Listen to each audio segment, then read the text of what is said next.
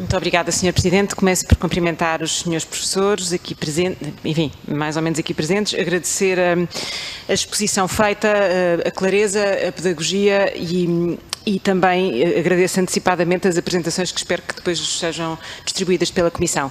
E para não perder tempo, eu gostava de fazer dois conjuntos de questões, uns esclarecimentos em relação aos indicadores e algumas afirmações aqui feitas e depois um conjunto de questões sobre a preparação do desconfinamento, que acho que é o tema do momento. Em relação às questões de esclarecimento, nós realmente já nos tornámos todos, pelo menos honoris causa, doutorados honoris causa em RTs e de facto temos ouvido muitas vezes que quando o R passa de 1, 1,1, 1,2 se perde o controle da situação, uma vez que estamos perante um fenómeno exponencial, com características exponenciais. Olhando para os gráficos que foram mostrados pelo professor João Seixas, verifica-se que à volta do dia, por acaso, não, desculpe, acho que foi o professor Jorge Buesco, entre os dias 27 e 29 de dezembro, o R passa a fasquia do 1, embora depois as medidas tomadas tenham tido um grande delay em relação a essa ultrapassagem de fasquia. E minha pergunta é, com que desfazamento é que é possível ter o cálculo do R? Nós conseguimos ter um cálculo do R ao dia, ao próximo do ao dia, para poder reduzir este gap entre o cálculo da indicador, que é o indicador da alerta, e a tomada de medidas? Esta é a primeira pergunta. A segunda pergunta tem também de esclarecimento, era para o professor Henrique Oliveira, uma vez que analisou a letalidade por regiões e deu a indicação de que no Alentejo havia de facto valores muito elevados, e eu pergunto-lhe se para além do fator idade e para além do fator testagem, também não se pode calibrar no modelo de alguma maneira a organização e agilidade dos serviços de saúde dessa região, porque nós temos ouvido aqui recorrentemente que, por exemplo, a RS Norte tem melhor desempenho do que, por exemplo, a região do Alentejo, e se isso também não é uma característica a considerar. Em relação ao desconfinamento, o professor Carlos Antunes falou-nos nestes 5 indicadores, que também o professor Manuel Carlos Gomes também já tinha falado, com algumas diferenças, algumas nuances nos parâmetros de validação. A minha pergunta é muito simples. Eu percebo muito bem e concordo com a criação de uma espécie de um scoring que permita encontrar depois um semáforo de ação, não é? Se o score combinado destes 4 indicadores tiver atingir um determinado parâmetro ou nível, então é preciso tomar ações para um lado ou para o outro. Eu pergunto se é possível fazer esta mesma análise por concelho, porque uma das coisas que se fala é fazer um desconfinamento diferenciado por concelho e, portanto, existem dados robustos de base para que depois se possam fazer estes cálculos com esse grau de finura. Depois gostaria também de saber sobre as idades, e porque obviamente um dos temas do momento é o desconfinamento das escolas, e uma das fasquias que se coloca, até houve recentemente uma carta aberta, tinha que ver com se faz um desconfinamento começando pelas crianças até ao final do primeiro ciclo ou ao final do segundo ciclo, portanto 10 ou 12 anos. E eu vi os gráficos, vi que houve um crescimento durante o mês de janeiro, princípio do mês de fevereiro. Estes grupos mais novos foram aqueles onde houve um crescimento mais acelerado, pese embora o nível base fosse mais baixo, não é? Bastante mais baixo do que na faixa, por exemplo, dos 80, mas a minha pergunta é, se é possível responder, estes casos, nestas faixas etárias, resultam de contágios de outras faixas etárias ou são eles que espoletam o movimento? Porque isso determinará também se podemos ou não podemos abrir as escolas. Se os casos e a exponencialidade têm origem nestas idades, então não seria aconselhável. Se eles decorrem do contacto com outras idades, que essas sim foram o caso zero, então a situação é outra. Finalmente, e para acabar, a testagem. Eu ouvi aqui dizer, e já não é a primeira vez que ouço, que a testagem aleatória não produz muitos efeitos. E, portanto, pergunto, num desconfinamento, qual é a abordagem certa? É um varrimento, uma testagem massiva, regular, varrendo targets consecutivamente, ou fazer ações focalizadas e blitzes quando há surtos concretos? Termino dizendo isto. Estamos muito preocupados com o facto de, como dizia o Sr. Deputado Moisés Ferreira, fazendo eco das vossas afirmações, já estarmos a ver um aumento de contágios. Pergunto se isso não tem que ver com o facto das pessoas, no seu comportamento normal, normal, incorporarem previamente aquilo que começa a ser uma conversa sobre desconfinamento. E, portanto, se nos modelos em que fazem essa previsão também não deve ser incorporado este comportamento até para definir a intensidade das medidas. Muito obrigado. Muito obrigada. A senhora deputada Sandra Pereira e o senhor deputado Moisés Ferreira e a senhora deputada Ana Rita Bessa falaram sobre a importância do RT e o Natal e as diferentes formas, quer dizer, se há formas de cálculo mais ou menos imediatas e o que é que nós deveríamos ter corrigido no Natal e que lição é que podemos tirar daí para não cometermos os mesmos erros. Bom, tentando pôr um bocadinho de ordem na questão, eu diria o seguinte: existem, de facto, o RT é reconstruído a partir dos dados que nós temos, da incidência, sobretudo da incidência. Agora, há várias maneiras, não apenas há vários algoritmos para calcular o RT, há vários algoritmos que dão respostas numericamente ligeiramente diferentes, mas correlacionadas, muito correlacionadas, como os próprios dados podem ser diferentes. Para dar um exemplo muito simples, eu pessoalmente utilizo os dados que vêm no boletim, os dados de incidência do boletim da DGS, que são os dados de incidência por aqueles que nós ouvimos todos os dias, que são os dados reportados, ou seja, são os dados que são conhecidos naquele dia em termos de relatório. E o professor Carlos Antunes utiliza outros dados mais precisos, mais rigorosos, que são os dados por data de estabelecimento de sintomas, corrigidos por estabelecimento de sintomas. Ora bem, ambas as abordagens são, num certo sentido, complementares. E nós temos trocado muitas ideias. A minha forma de calcular dá-me uma resposta ao dia, com os dados do próprio dia, à custa de ser de ser menos rigorosa, de ser ter maior incerteza, digamos assim. Mas dá-me uma resposta ao dia. Eu hoje consigo calcular o RT do dia de ontem. Para fazer as contas, mas como eu digo, isto é uma forma, para fazer as contas de uma forma mais rigorosa, mais precisa, temos de fazer, de facto, com os dados corrigidos, como faz o professor Carlos Antunes. E, portanto, eu olhando para trás, aquela curva que eu apresentei, por exemplo, é dos dados dele. Porque, quer dizer, retrospectivamente, é uma curva muito mais precisa.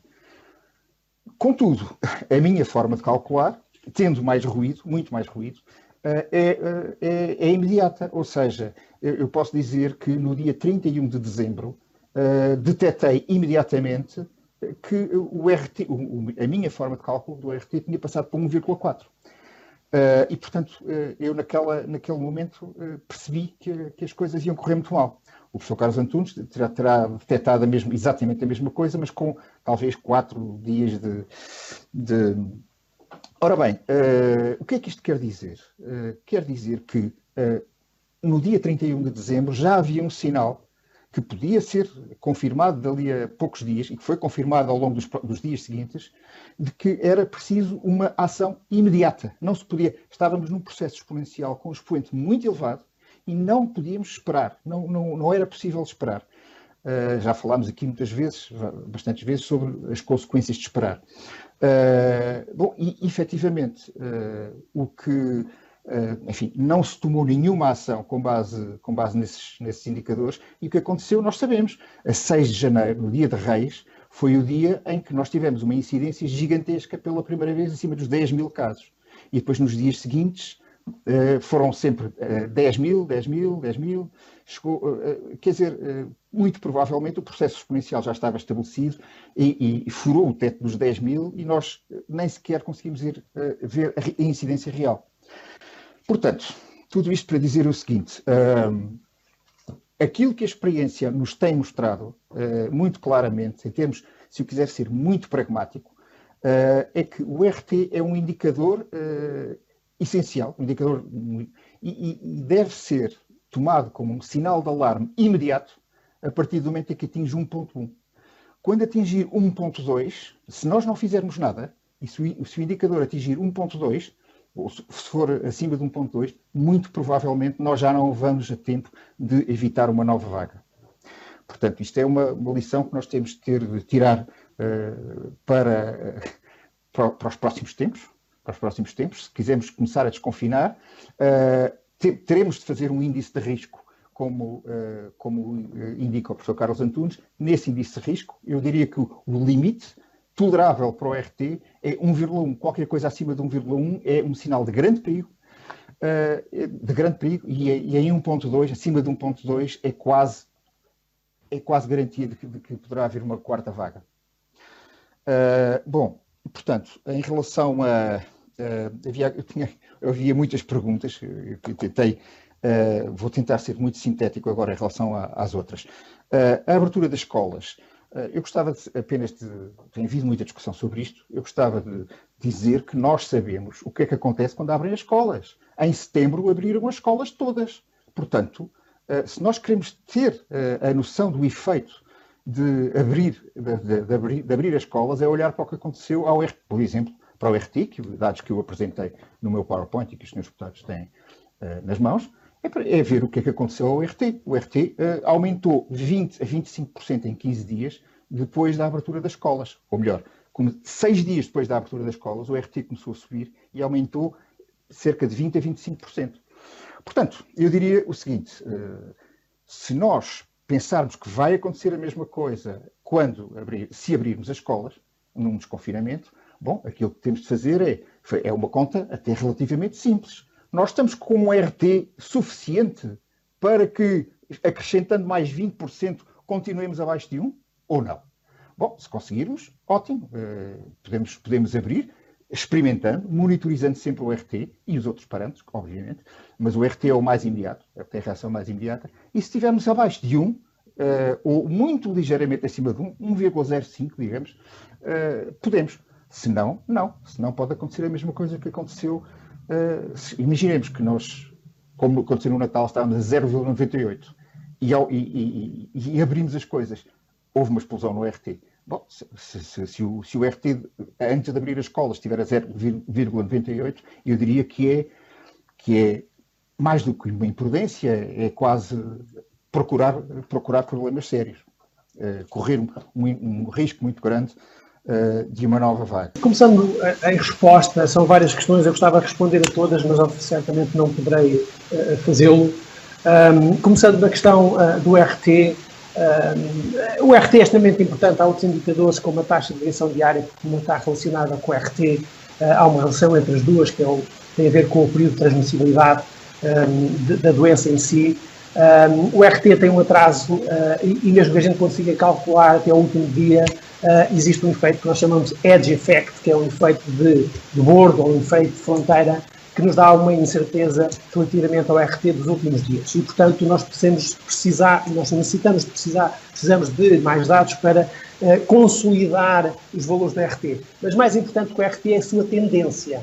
E é aquilo que eu utilizo, por exemplo, para tentar estimar, por hipótese, onde é que acontece o pico quando nós estamos numa ascensão da incidência. Mas, como digo, a taxa diária é um estimador mais robusto e mais antecipado, nomeadamente para esse efeito de determinar, por exemplo, o pico. Mas a tendência é que ela, de facto, nos dá, a fina dinâmica que podemos esperar nos próximos tempos. Sobre a questão das escolas de transportes. Primeiro, as escolas tiveram, do meu ponto de vista, e isso eu demonstro, pela própria dinâmica, pela primeira derivada e segunda derivada da incidência por grupos etários, não houve muito tempo para explicar isso, mas há um sinal evidente a partir do dia 30, uma desaceleração forte em todos os grupos, correspondente exatamente a um efeito que ocorre 7 dias antes. 7 dias antes porquê? Porque eu tenho que descontar o semiperíodo de 7 dias da incidência de 7 dias, que é 13 dias e meio, mais 4 dias, 5 dias de incubação. Portanto, o efeito da redução drástica a 31 de janeiro, que se verifica na incidência, tem a ver com algo que aconteceu a dia 21, 22, 23. Sobre a questão dos transportes e do rastreio, é impossível, como já foi explicado aqui, dadas as características, o período de incubação, lembro, vai de 2 a 14 dias, dentro de um intervalo de confiança de 95%. Okay? E, portanto, é impossível. A transmissibilidade dá-se antes de começarem os sintomas. E, portanto, é impossível dada a multiplicidade de contactos que cada um de nós tem, impossível identificar quem nos infectou. É comum a gente ouvir pessoas que foram infectadas e que não sabem quem é que os infectou. Portanto, a questão para nós não é importante se a infecção se dá dentro da sala de aulas, se no corredor, se na casa de banho, se no gabinete do diretor, se na esquina, no quiosque da esquina da escola, aonde, nos transportes, não me interessa. O que me interessa é se o facto de cessar aqueles contactos reduz ou não reduz o contágio. E isso é evidente porque os contágios resultam do modelo físico de exposição das pessoas relativamente a alguém que está infectada e da proximidade que tem sobre alguém que está infectado. E, portanto, isto leva-nos à questão da rastreabilidade. Não há nenhum sistema que consiga rastrear todos os contactos, ou seja, estabelecer os links da cadeia de contactos mais do que 10, 15, 20%. É uma ilusão tentarmos procurar aí a agulha dentro do palheiro, porque não vamos conseguir. E, portanto, é um problema que para mim é académico e que não interessa para aqui para a resolução do problema. A questão dos indicadores do RT, da incidência, ou se é acumulada ou se não é acumulada, ou da positividade ou dos cuidados intensivos, é fundamental utilizarmos todos os indicadores. Eu mostrei-vos talvez, não sei, 20% dos indicadores que eu utilizo. Utilizo uma panóplia de indicadores. E isso dá maior robustez da análise, dá maior capacidade de saber quando é que se dá o momento de transição da incidência. Tentei-vos mostrar, dando evidência de quando é que a segunda vaga começou e quando é que ela começou a ter impacto, nomeadamente nos internamentos. Sobre a questão dos erros, eu faço aqui um parênteses extremamente importante, porque isso apela à consciência de cada um de vocês, essencialmente na Assembleia da República, porque vocês têm a capacidade e o poder de decisão. Quem é que aceitaria fazer um confinamento a dia 15 de outubro com 1.700 casos? Porque aí já estávamos com um R 1.20. Nessa altura ninguém aceitaria essa decisão. Ora, hoje, depois de passarmos pela segunda vaga e pela terceira vaga, percebemos, identificamos os erros que aconteceram. Portanto, era impossível. Já sobre a situação do Natal, aí era extremamente evidente. Porque, como eu vos mostrei num dos gráficos, apenas um dos indicadores, o RT, estava abaixo de 1.0. Estava entre 0.9 e 1.0. E se fôssemos olhar só por esse indicador, cometíamos o erro como cometemos o erro. Olhando para a incidência acima de 3.500 casos, olhando para os UCIs acima de 500 camas, com uma positividade de 8%, era impensável decidir aliviar do confinamento. Devia ter sido feito exatamente o contrário, como outros países o fizeram, antecipando o impacto, nomeadamente, da variante, como foi com a questão de Inglaterra. Portanto, a questão dos indicadores, para concluir, é fundamental uma combinação dos indicadores. A estatística aplicada tem imensa ferramenta para podermos dar peso a indicadores, para podermos incluir indicadores não quantitativos. Os nossos colegas dentro de especialistas que acompanham e que aconselham põem a hipótese de indicadores como a saúde pública, como cuidados primários. A dificuldade de utilizar indicadores para a avaliação do índice de risco é a acessibilidade a essa informação, a esses dados. Nós temos que fazer, como eu referi, esta avaliação diariamente. Eu já acabei de fazer a atualização para o dia de hoje. E, essencialmente, eu tenho que ter acesso a essa informação e, por vezes, esses indicadores, que mesmo até indicadores económicos, indicadores sociais, a gente pode lá colocar. Mesmo que sejam qualitativos, eu posso qualificar porque eu posso enquadrar dentro de classe de risco e depois, dentro de uma matriz de risco multicritério, eu consigo identificar esse. Agora, a dificuldade é, com a necessidade que nós temos de tempo, conseguir obter informação atualizada e em tempo útil. E estes indicadores que nós indicamos, até 5 indicadores, nós temos essa informação diária. E mais, acrescentando aqui uma pergunta que foi feita, a questão da regionalização. Eu estou a fazer atualmente, já faço há algum tempo esta análise diária de várias hipóteses e de várias configurações da composição do índice, quer para a nível nacional, faço para a região norte, faço para a região de Val do Tejo. Hei de fazer brevemente para a região centro e alargar outras regiões. Para as regiões é mais fácil porque estes indicadores também são publicados e acessíveis para as regiões. Para os conselhos já é mais complicado. Aí temos que reduzir a um número mais restrito de indicadores, como é aquela proposta que tinha sido feita pela Comissão em outubro, de utilizar não só a incidência, mas utilizar a taxa de variação da incidência, uma combinação dos dois, que era uma matriz de risco mais robusta do que aquela que depois foi aplicada na prática, que foi apenas a incidência acumulada, com limites que foram depois sendo alargados desde 240, 480, 960. Como o meu colega Carlos diz, fomos empurrando com a barriga para a frente a linha vermelha que tínhamos inicialmente estabelecido. Sobre as linhas vermelhas, não há só uma linha vermelha. A minha metodologia, tal como a propus, há duas linhas vermelhas. Uma eu posso admitir ultrapassá-la, a outra não posso admitir lá chegar sequer, que é o nível 5. Mas além dessas linhas vermelhas, há a linha amarela, a linha laranja e a linha verde. E, dada esta monitorização diária e a evolução desses indicadores, eu posso antecipar o quando é que eu tenho que atuar antes de chegar sequer ao R1.1. Okay? Portanto, há esta possibilidade, esta capacidade, do ponto de vista da análise da estatística aplicada para o fazer. Eu penso que devo estar quase a chegar ao fim, o meu tempo. Muitas questões ficaram. A questão da testagem. É muito complexa a questão da testagem. A nossa capacidade é decidida em função, digamos, da proporção que é necessária. Foi estabelecida uma capacidade, provavelmente desenhada, penso, em setembro, uma capacidade de 1000 rastreadores que dá o máximo de 6.000 inquéritos epidemiológicos por dia, no seu limite. E isso era uma capacidade para novembro, foi os 6.000 casos que nós chegámos. E isso não foi reforçado e, portanto, quando rapidamente, como foi demonstrado num processo exponencial, passamos para 10.000 casos, evidentemente não conseguimos e perdemos aí o controlo das cadeias de transmissão e do rastreio dos inquéritos epidemiológicos. Sobre a questão da testagem, muito importante, tem que haver critérios. Vou explicar uma coisa muito simples. A eficiência, a eficácia da testagem vai depender da prevalência dentro da amostra de testes que eu faço. Se eu fizer uma testagem testar só sobre os suspeitos, os máximos suspeitos, a prevalência é 20% ou 25%. Por cada 1000 testes eu vou encontrar 200, 250 pessoas infectadas. Mas se eu fizer uma testagem aleatória, dentro das escolas, por exemplo, aleatoriamente, eu posso fazer 1000, 2000, 3000, mas se a prevalência é 0,8, o que eu vou encontrar é 0,8 infectados. E isso não posso concluir que a escola é segura porque só encontrei 0,8 infectados. Para além da questão de que a maior parte das crianças cujos testes foram feitos não foram na escola, foram dos pais, foi o agregado familiar que os fez. E, portanto, não é o local onde eu faço teste que diz onde eu me infecto, onde eu contraio a infecção.